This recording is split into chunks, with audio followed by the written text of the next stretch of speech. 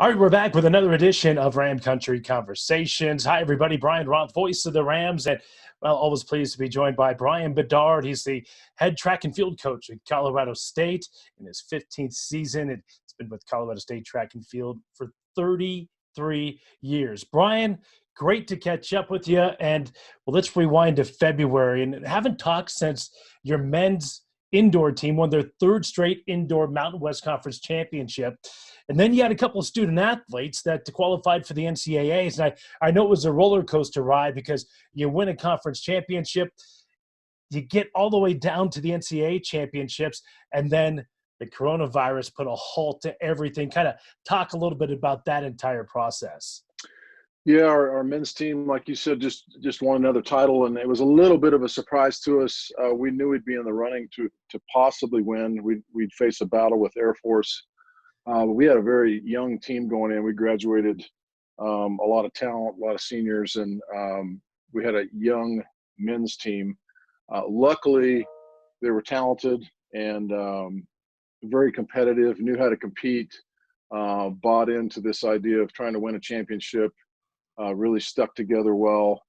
They didn't have a perfect meet by any means. They made some mistakes, but my gosh, they really competed hard and just did a great job of supporting each other and just going for it. So I think on Friday we had some blunders, and we were a little concerned whether they'd have a shot to win. And then on Saturday they came out and just had a fantastic last day and finished off the meet well. So yeah, we're on a high, so to speak, after that. And then we had two athletes that qualified for nationals, and Terrence Sieg and Mr. Hamer. And so Art and I took those two athletes down to the NCAA championships, and we obviously started getting word of what was going on with COVID and the spread, and then some fears of what it might do to the competition and travel and all that. And we were hoping that we might get in under the wire and get the meet in time before they shut it down, because like I said, we were already down there, and then there was talk of potentially teams pulling out or conferences pulling out of the championships. But as we were traveling down there, I mean, the NCAA was already making some moves to make the meet safer, limiting spectators, rolling that back, limiting it just to family members, then all of a sudden no family members. And it was essentially going to be a meet with just the officials, coaches, and athletes. And I thought, since we were already there, we would have a chance to get the meet off with all those restrictions. And then about lunchtime, day before competition was supposed to start, they made the decision to cancel the championships. And we were in the hotel, big team hotel, where a lot of the teams are staying, and pretty much heartbreak in the lobby there. Athletes having a tough time dealing with that decision, and so a lot of tears and frustration and everything to get to that that close and then not have it happen. So and Eric Hamer and Taryn, I think they went through their share of emotions with that.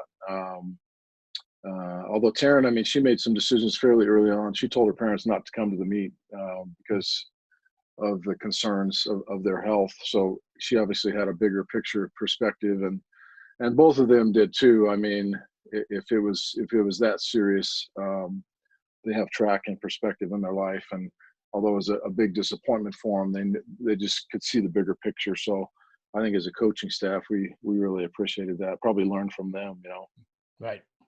Well, again, it's been an eventful 4 or 5 months for everybody. And another serious matter that has affected the world, Black Lives Matter movement. And Colorado State launched the Together initiative, and you're part of that committee. You're on that committee. Tell us about some of the actions that the initiative and Colorado State track and field are doing right now. Well, yeah, it's. I was excited just to see the number of folks that were interested in being a part of that initiative, from the student athletes to administrative staff, support staff. We just have a really large group of people that are excited to be involved in it. So, just initially, the number of people that were excited to be involved in it was good to see, and the variety of people that were interested. But educate, engage, and excel were kind of the three topics we're sticking with, but we needed to get a vision and a plan together. So a leadership team was formed, and those guys are a lot smarter and more organized than me. So we have a really, really good leadership staff, and then it's kind of broken down into some committees, and we can decide kind of what committees we want to be involved with, both with the educate side of it, a series of books we're going to be reading, and just kind of educating the group and the entire athletic department for that matter. And I've got my book already and starting to dig into that, which is stamped, and that's been eye-opening to me, because it's kind of a perspective that you don't read in the history books as far as what went on and some of the beginnings of racism in our country, and how that's continued to propagate, and just some of the crazy ideas that just got passed down from generation to generation that really need to be addressed. There's some stuff engaging with the community, voter education. There's going to be a big voter education push with our student athletes.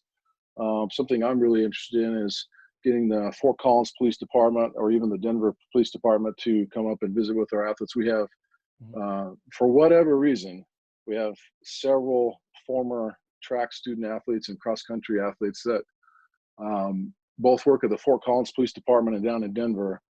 And I really think I'd love to have some discussions with our team as far as their time as a student athlete at Colorado State, to kind of bridge that gap, so to speak, between our police officers and our athletes on our team, and get some good discussion going with what their experience was like at Colorado State and why they chose to serve their community in the police department, and then kind of share some of the struggles they're having.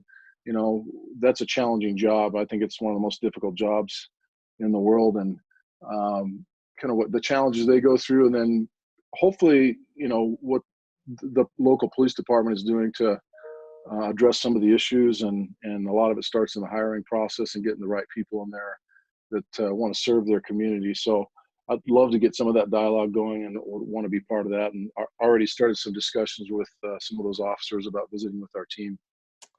Well, Brian, look, appreciate your time. Thank you so much. I know belated congratulations to your daughter, Kelsey. Got married here this past summer. So congratulations on that.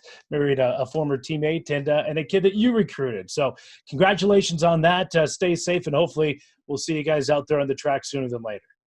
Thanks, Brian. I appreciate it. All right, take care.